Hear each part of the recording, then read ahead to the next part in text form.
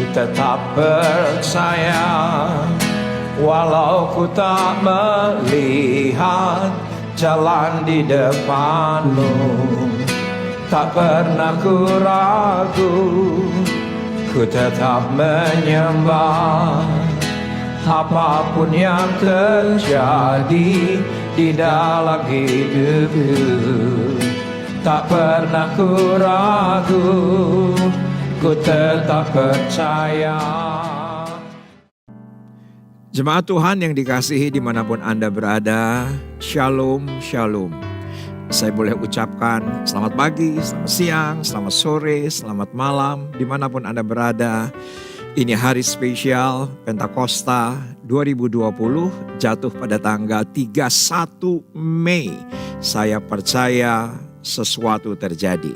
Buka hatimu, kita akan pelajari firman Tuhan dari semua apa yang saya pelajari dan semua yang saya catat. Ada sesuatu yang hebat yang saya dapati, pewahyuan yang dalam.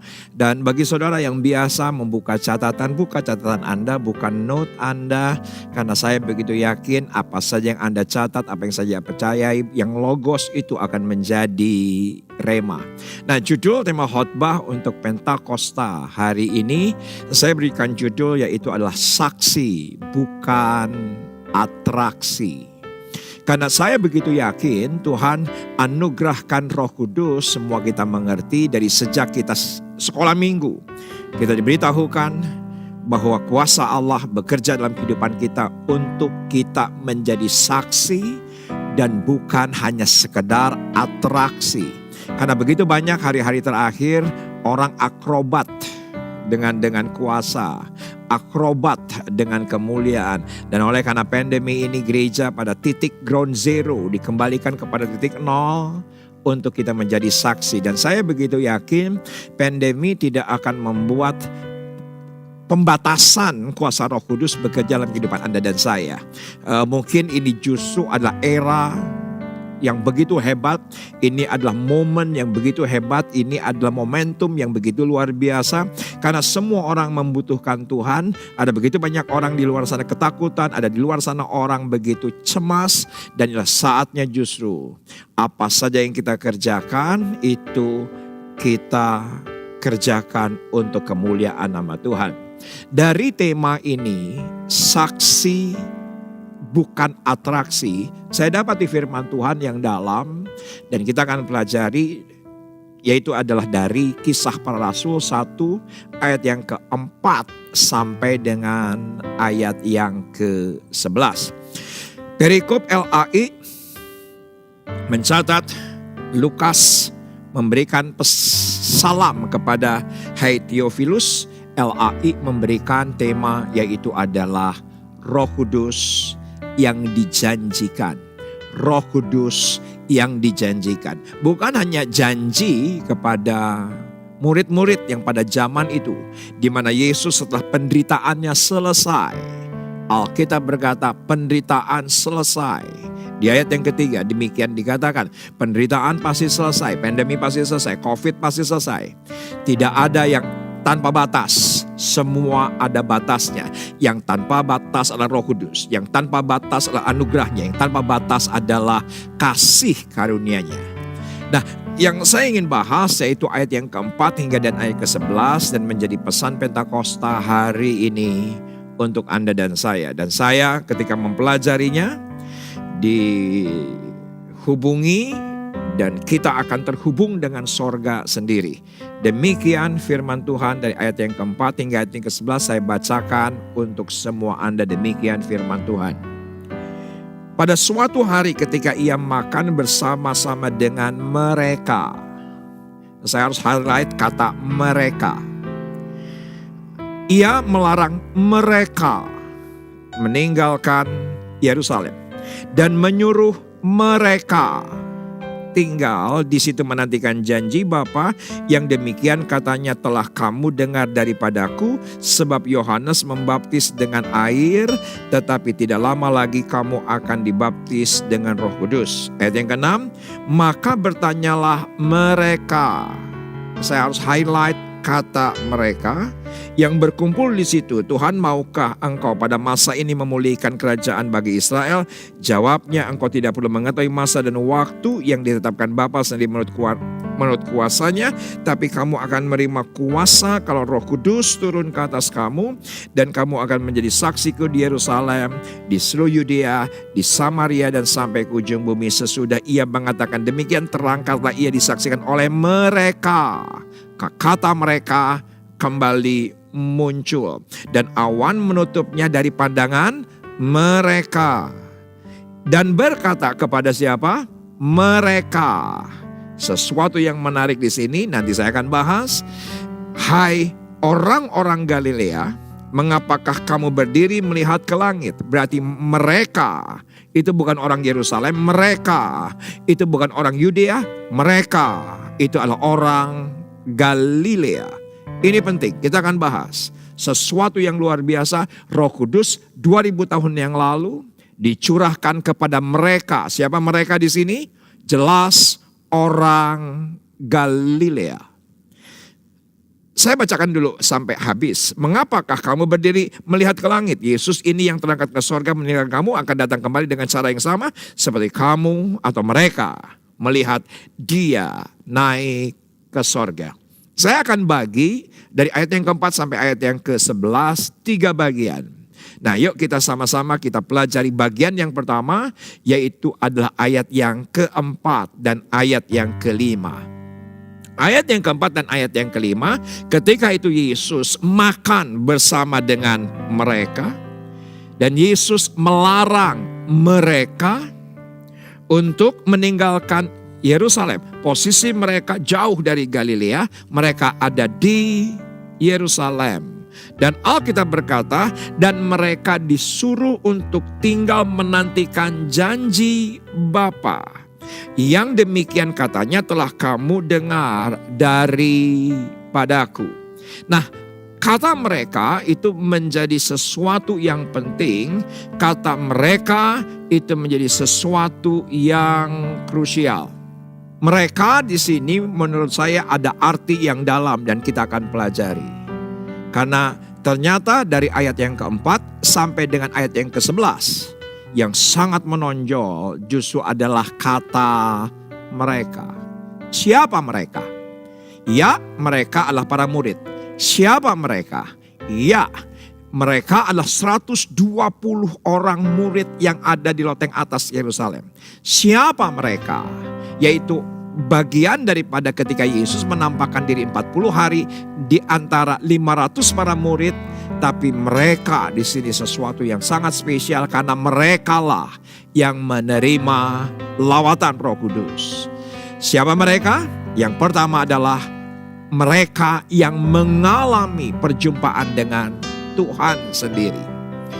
Perjumpaan dengan Tuhan hari-hari ini menjadi penting. Dan mungkin Anda di antara Anda yang bertanya kepada saya, Kang Punten, bagaimana caranya ngalami perjumpaan dengan Tuhan? Ketika Anda baca firman, itu perjumpaan dengan Tuhan. Bukan harus secara supranatural, tingkat tinggi Anda ngalami perjumpaan Tuhan. Tetapi ketika Anda buka hati, Anda membiarkan logos ini bekerja dalam kehidupan Anda, itu bagian perjumpaan Tuhan. Ya, saya tahu bisa lewat mimpi, ya saya tahu bisa lewat penglihatan, ya saya tahu bisa lewat situasi. Tetapi yang paling sederhana saja, alami di rumah Anda masing-masing perjumpaan dengan Tuhan. Lewat khotbah ini pun Allah bisa menjumpai Anda karena perjumpaan itulah yang mengubahkan. Dan itulah mereka. Semua kita tahu Elia diubahkan oleh karena perjumpaan. Elisa diubahkan oleh karena perjumpaan.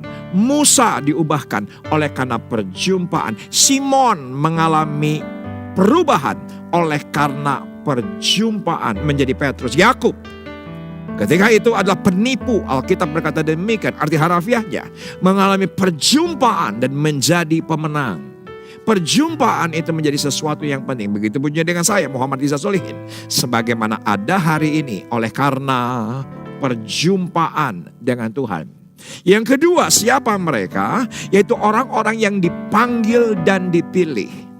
Karena setelah kita alami perjumpaan, Anda dan saya adalah bagian orang-orang yang dipanggil dan dipilih. Tetapi ini menurut saya Tuhan yang panggil, Anda yang memilih. Tuhan yang panggil, Anda yang memilih. Kalau panggilan Tuhan pasti, kalau hari ini 6 miliar manusia, pasti Tuhan panggil dengan caranya yang ajaib kepada semua lutut, semua lidah agar mengaku Yesus adalah Tuhan. Tetapi yang memilih itu bagian manusia. Yang memilih itu adalah Anda. Banyak orang yang dipanggil, sedikit orang yang memilih. Alkitab berkata demikian. Siapa mereka? Yaitu mereka adalah orang-orang yang dipanggil dan memilih mengikut Tuhan. Kenapa? Karena ini juga menjadi satu hal yang krusial. Nanti kita akan sampai di bagian yang ketiga, bahwa tadi saya menegaskan kepada Anda, mereka ini adalah orang-orang Galilea. Siapa mereka di sini? Adalah orang Galilea. Itu yang ketiga, jelas.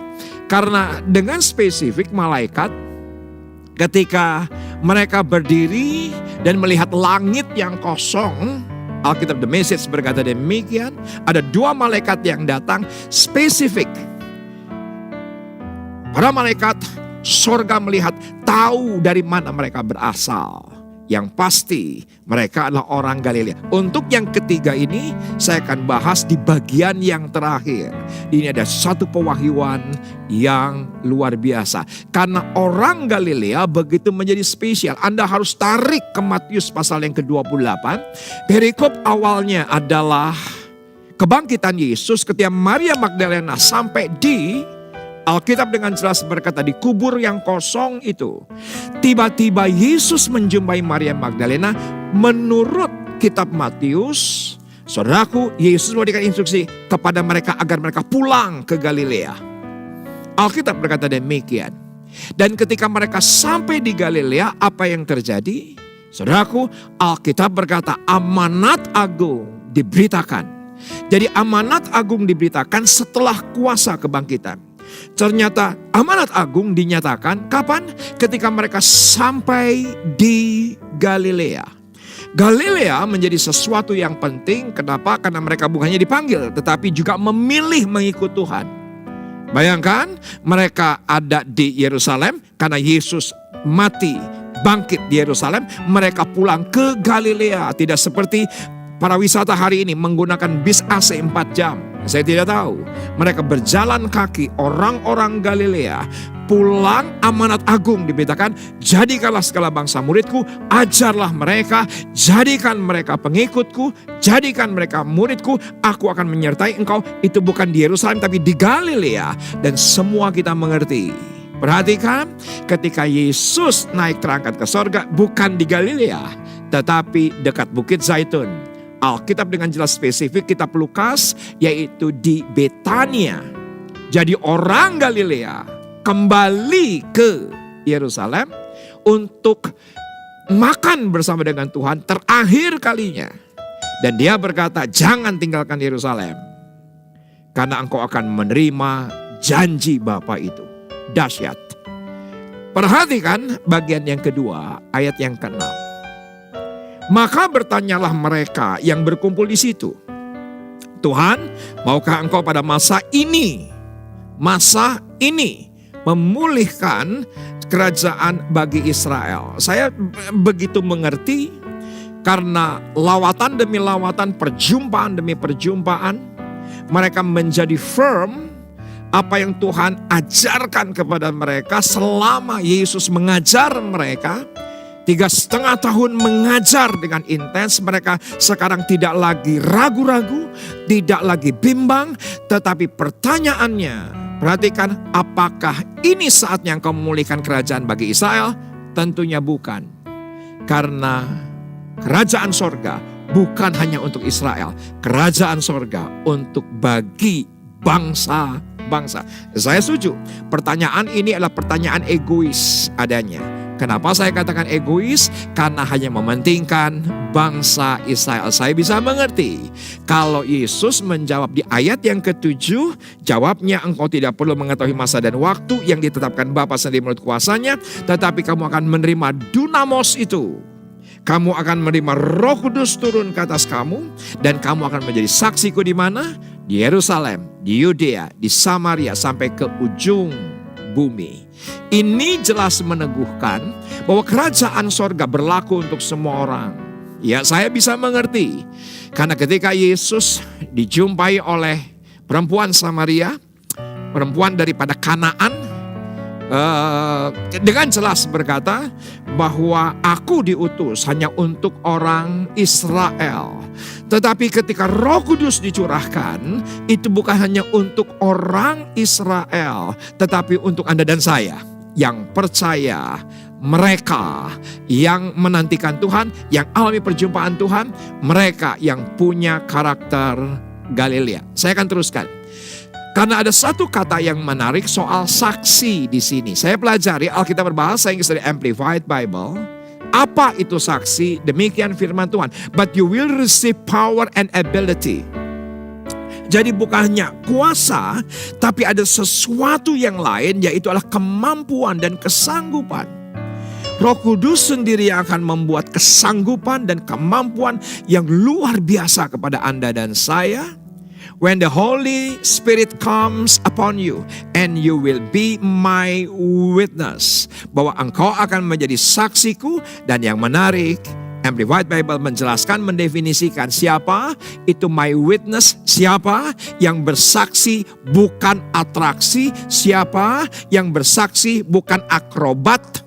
Tetapi yang menjadi saksi adalah to tell people about me. Yaitu orang-orang yang apa saja yang diceritakan, menceritakan soal Yesus.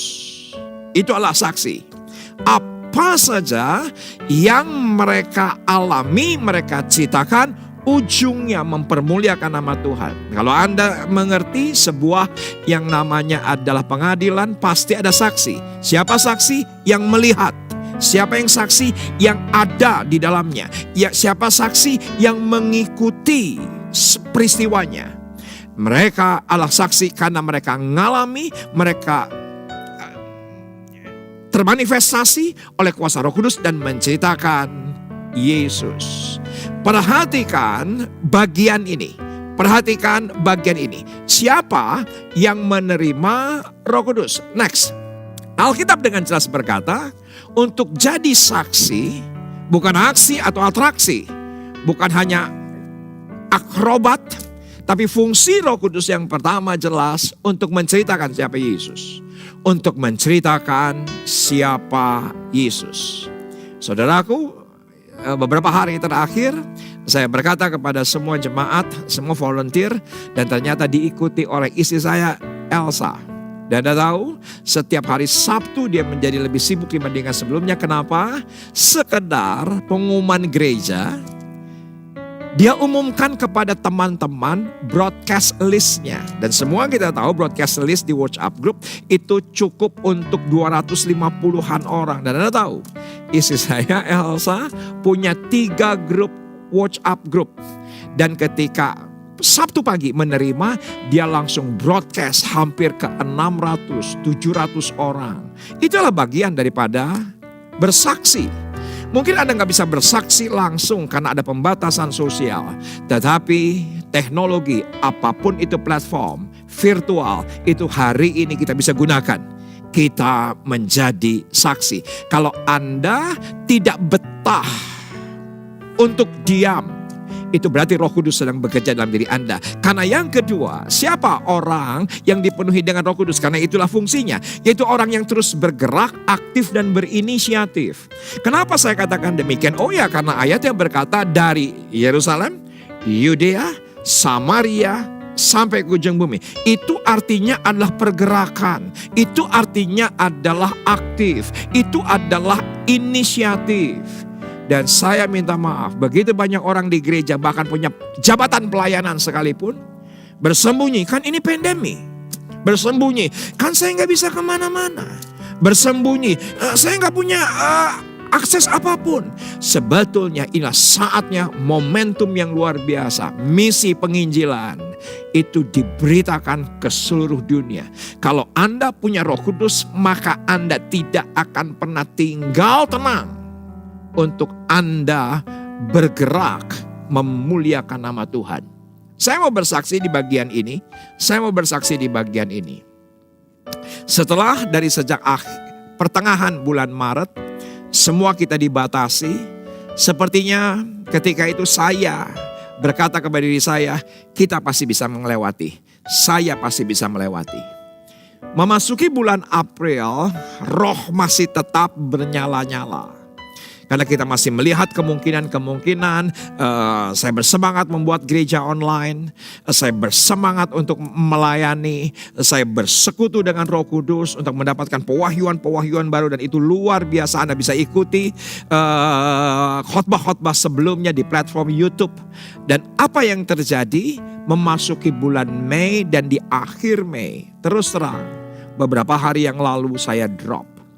Selama 3 hari saya drop sedemikian rupa. Saya menjadi lemah, saya menjadi lelah. Saya bercerita kepada istri saya bercerita kepada beberapa teman hamba Tuhan yang saya kenal dekat. Dan terus terang itu mempermalukan diri saya sebetulnya dalam kesaksian itu. Bahkan saya hari ini pun sepertinya saya mempermalukan diri saya. Tetapi saya ingin saksikan ini. Kenapa saya ketika itu begitu drop? Karena informasi-informasi tetap saya harus ikuti. Bahwa vaksin itu baru tahun 2021. Bahwa setiap harinya masih ada saja yang terkena positif COVID. Dan setiap harinya itu yang terkena COVID masih ratusan, padahal PSBB sudah berlangsung sekian minggu, diperpanjang. Bukannya landai atau turun. Tingkat orang yang meninggal masih puluhan orang setiap harinya. Sampai pada sebuah titik intimidasi daripada iblis. Mengatakan kepada saya, bukan sekedar makan minum. Tetapi dia bilang begini, setan berkata begini, bahwa hidupmu tidak berharga. Untuk apa engkau hidup? Tidak ada harganya. Engkau hamba Tuhan tidak ada harganya. Engkau pelayan Tuhan tidak ada harganya. Engkau dibatasi oleh semua hal. Saya tahu persis inilah perasaan, inilah pemikiran bagi banyak hamba Tuhan, para pelayan Tuhan. Hari-hari ini di rumah, yang biasanya aktif di gereja, aktif di komsel, aktif dalam pelayanan, aktif berkhotbah, besar kecil itu bukan persoalan. Tetapi keaktifan Anda, tetapi hari terakhir Anda menjadi terkungkung di rumah saja. Saya alami sendiri. Dan apa yang terjadi? Satu malam saya bergumul dengan Roh Kudus. Dan saya berkata, Roh Kudus, buktikan Roh Kudus ada. Bayangkan saya hamba Tuhan sampai tantang Tuhan seperti itu. Karena titik terendah sedemikian rupa saya alami. Saya berkata, kalau Roh Kudus itu ada, tunjukkan Roh Kudus ada pada hidup saya. Di titik itu, saya bisa mengerti. Perasaan bukan bisa mengerti, saya bisa menyelami orang yang bunuh diri. Iya, saya bisa menyelami betapa dia tidak lagi berharga. Mungkin karena diputuskan pacar, mungkin karena kehilangan keuangan, kehilangan pekerjaan. Dia berkata, aku tidak ada gunanya. Saya bisa menyelami orang yang bunuh diri di titik itu. Tapi apa yang terjadi? Esok harinya saya biasa pagi dan sore untuk jogging.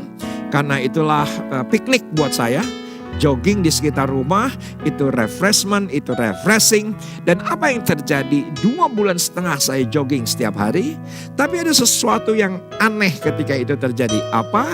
Ketika saya berlari, ketika saya bergerak, ketika saya aktif, ternyata ada kerikil masuk ke kaki saya.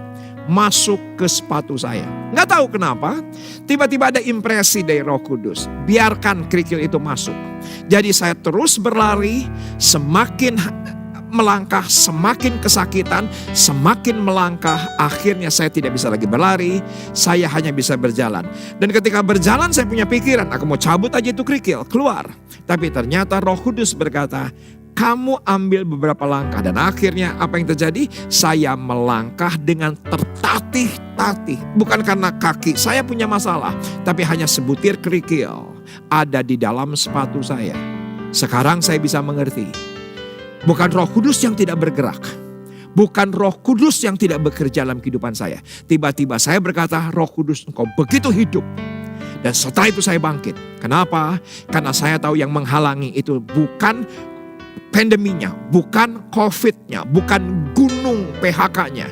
Tetapi seringkali yang membuat kita sulit bergerak adalah ada kerikil di dalam batu kita. Ketika kerikil itu ada dalam sepatu kita menjadi sulit untuk bergerak. Ketika kerikil itu ada dalam sepatu kita sulit untuk aktif. Apalagi inisiatif.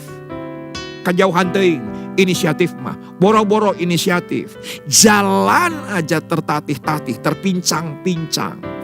Maka saya bertanya sama Roh Kudus, apa itu yang namanya kerikil dalam sepatuku? Tiba-tiba Tuhan bilang, yaitu adalah perkara-perkara di masa lalu, perkara-perkara yang disembunyikan, pencapaian-pencapaian, kesombongan, keegoisan. Dan di hari itu saya bangkit dan kembali bersemangat untuk melayani. Karena fungsi Roh Kudus membuat kita tidak akan pernah pasif, tetapi bersama dengan Roh Kudus kita akan melakukan perkara-perkara yang besar. Yang ketiga, kuasa dunamos itu fungsi Roh Kudus, ya tentu, yaitu untuk memberikan arahan untuk kita meraih berkat materi. Yang tidak mungkin menjadi mungkin, kita diberikan arahan, tuntunan untuk kita mendapatkan berkat-berkat dalam kehidupan kita. Tetapi lebih daripada segalanya juga Roh Kudus itulah sumber mukjizat. Tetapi tolong perhatikan, materi dan mukjizat itu bukanlah segalanya. Itu hanyalah sarana. Pada saat yang sama, ketika 3 hari saya dalam keadaan drop, ada sesuatu yang membuat saya lebih lagi drop, yaitu dada kanan saya. Itu terasa sakit. Semula tidak terlalu mengganggu. Hari kedua itu cukup mengganggu, tapi hari ketiga, hari keempat itu sudah sangat mengganggu. Dan apa yang terjadi? Saudaraku, pada hari kenaikan di mana saya juga mengikuti gereja online.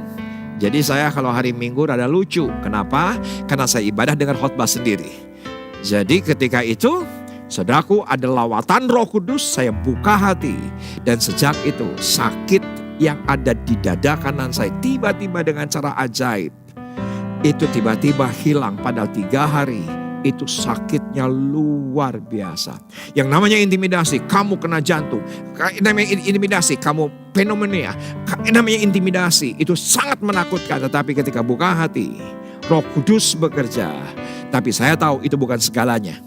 Yang menjadi segalanya adalah kalau kita hidup hari ini, yang satu kali, biarlah kita menceritakan Yesus dimanapun kita, kesempatan apapun, selagi hari masih siang. Nah, perhatikan kembali ayat-ayat yang ada di bawahnya. Ayat-ayat di bawahnya dengan jelas berkata bahwa Roh Kudus itu bekerja, Roh Kudus itu bergerak, Roh Kudus itu memanifestasikan dirinya. Tetapi saya ingin highlight ada satu pemahaman bahwa kerajaan sorga, satu pemahaman bahwa kerajaan Allah di akhir zaman, sebelum Yesus datang kali kedua yang sudah sangat-sangat singkat. Saya begitu yakin bahwa kerajaan Allah itu dibangun oleh yang pertama, yaitu oleh para profesional. Dunia kerja, dunia usaha. Anda mungkin mulai memperhatikan slide ini. Yang kedua, kerajaan sorga dibangun oleh siapa? Anak muda. Sekarang generasi Z, generasi Y, generasi milenial sedang menggunakan semua platformnya. Dan kalau Anda adalah orangnya, jangan diam. Anda bisa taruh status di status WA Anda, status FB Anda, status apapun platform yang memuliakan nama Yesus. Jangan statusnya yang pesimisme, ketakutan, kekhawatiran. Itu adalah bentuk bersaksi bagi kemuliaan nama Tuhan. Anak muda dipakai luar biasa. Yang ketiga adalah para wanita. Para wanita dipakai oleh Tuhan luar biasa di hari terakhir. Karena para wanita mungkin karena punya banyak waktu sebagian besar. Tapi para wanita di hari terakhir akan dipakai tajam luar biasa. Seperti Deborah, Esther di akhir zaman. Yang keempat adalah hamba Tuhan daur ulang. Yang semula jatuh dalam dosa, bertobat.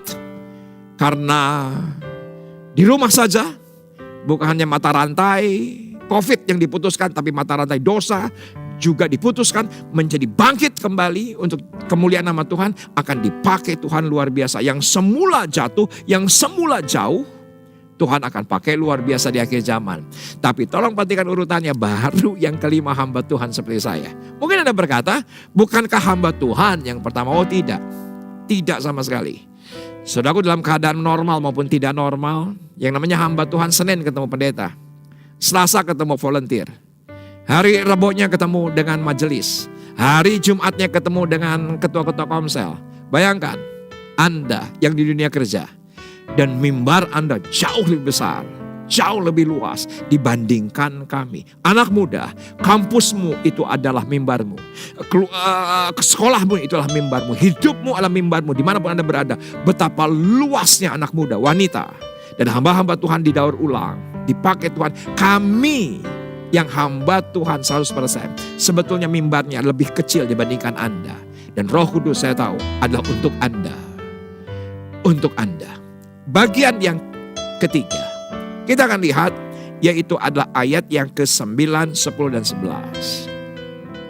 Inilah proses kenaikan, tapi saya melihat sesuatu yang hebat dalam proses kenaikan Tuhan Yesus. Yang mana saya sebagai hamba Tuhan sangat menyayangkan seringkali, karena kalau ibadah Natal luar biasa membludak. Ibadah kematian luar biasa membludak. Hari Minggunya setelah Jumat Agung juga luar biasa membludak, yaitu adalah Paskah, kuasa kebangkitannya.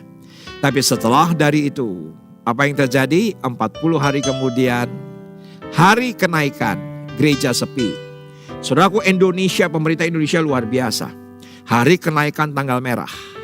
Hari kenaikan tanggal merah. Anda cari di dunia ini negara yang menghormati hari kenaikan. Salah satunya yang dari sedikit bangsa, yaitulah Indonesia. Tetapi orang Kristen justru menganggap kecil kenaikan. Kalau menurut saya, kenaikan itu sesuatu yang luar biasa. Saya menggunakan kata kenaikan Yesus adalah inaugurasi sorga untuk Yesus. Siapa? Yesus, Raja di atas segala raja, Tuhan di atas segala Tuhan, Allah di atas segala Allah. Diinaugurasi. Mungkin Anda berkata, oh Pak Pendeta, yang namanya Tuhan gak perlu pelantikan. Yang namanya Pak Pendeta, yang namanya Yesus gak perlu inaugurasi. Tetapi menurut saya ada sesuatu acara yang spesial yang harus kita juga hormati. Yang namanya kenaikan adalah inaugurasi Yesus. Karena Yesus sedemikian rupa telah menyelesaikan tugasnya dengan luar biasa. Bahkan perjanjian baru berkata, Yesus belajar taat kepada Bapaknya. Itu menjadi sesuatu yang penting dan itu adalah proses inaugurasi. Saudaraku, saya akan berbicara ini banyak kepada jemaat Tuhan dimanapun, bahwa proses kenaikan Yesus tidak lebih rendah dibandingkan kelahiran, tidak lebih rendah dibandingkan kematian, tidak lebih rendah dibandingkan kebangkitan, bahkan sesuatu yang luar biasa sesungguhnya terjadi pada hari kenaikan. Saya buktikan. Ayat yang ke-9. Sesudah ia mengatakan demikian, terangkanlah ia disaksikan oleh mereka dan awan menutupnya dari pandangan mereka. Saudaraku, ada satu hal ketika pandemi ini terjadi, cicing di imah wae, yaitu yang saya rindukan, yaitu adalah terbang. Kenapa? Karena biasanya dalam sebulan bisa 3-4 kali bisa terbang ke satu kota ke kota lain, dari satu tempat ke tempat yang lain. Dan kalau kita perhatikan, kalau Anda di airport, yaitu adalah bagaimana pesawat yang bertonton besi itu terbang. Saudaraku,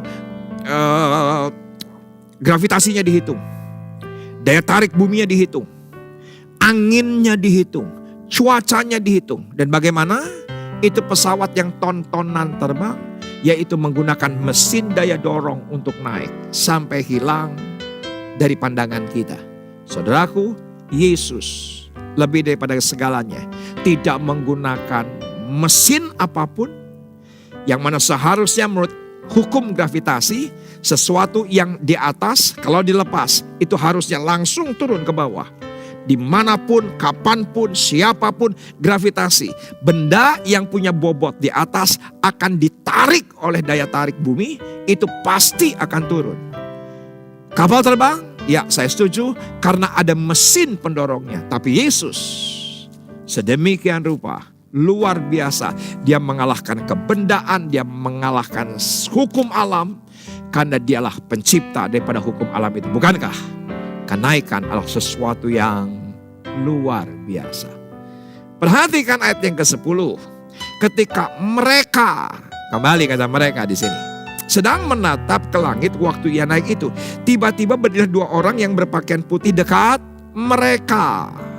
Nah, bagian terakhir ini tadi sudah saya bahas di prolog daripada khotbah ini.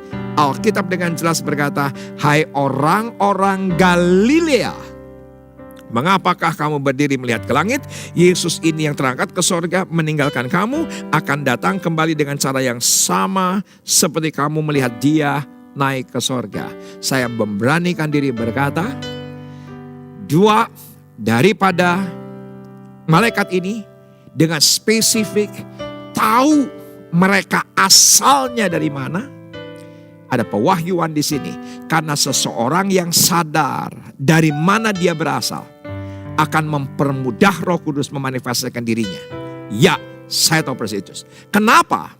Karena kesadaran dari mana kita berasal akan membuat kita menghargai sejarah. Siapa diri kita?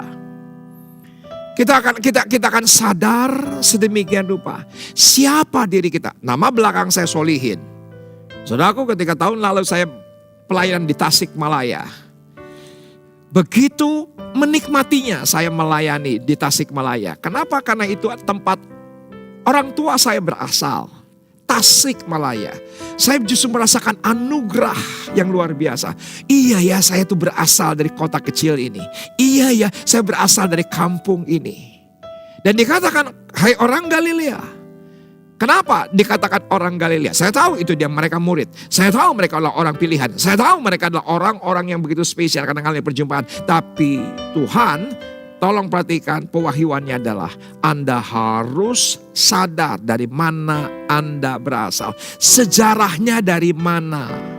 Kalau Anda perhatikan Alkitab, misalnya Yesus dari Nazaret. Padahal kita tahu Yesus lahirnya bukan di Nazaret tapi di Bethlehem. Tapi kenapa Alkitab berkata Yesus dari Nazaret? Agar dia ngerti bahwa orang tuanya berasal dari Nazaret. Saya kasih contoh lain. Kaleb bin Yefune. Siapa Kaleb?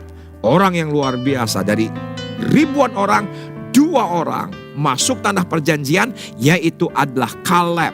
Tapi kenapa ditulis Kaleb bin Yefune? Saudaraku, agar Kaleb tahu asalnya dari mana.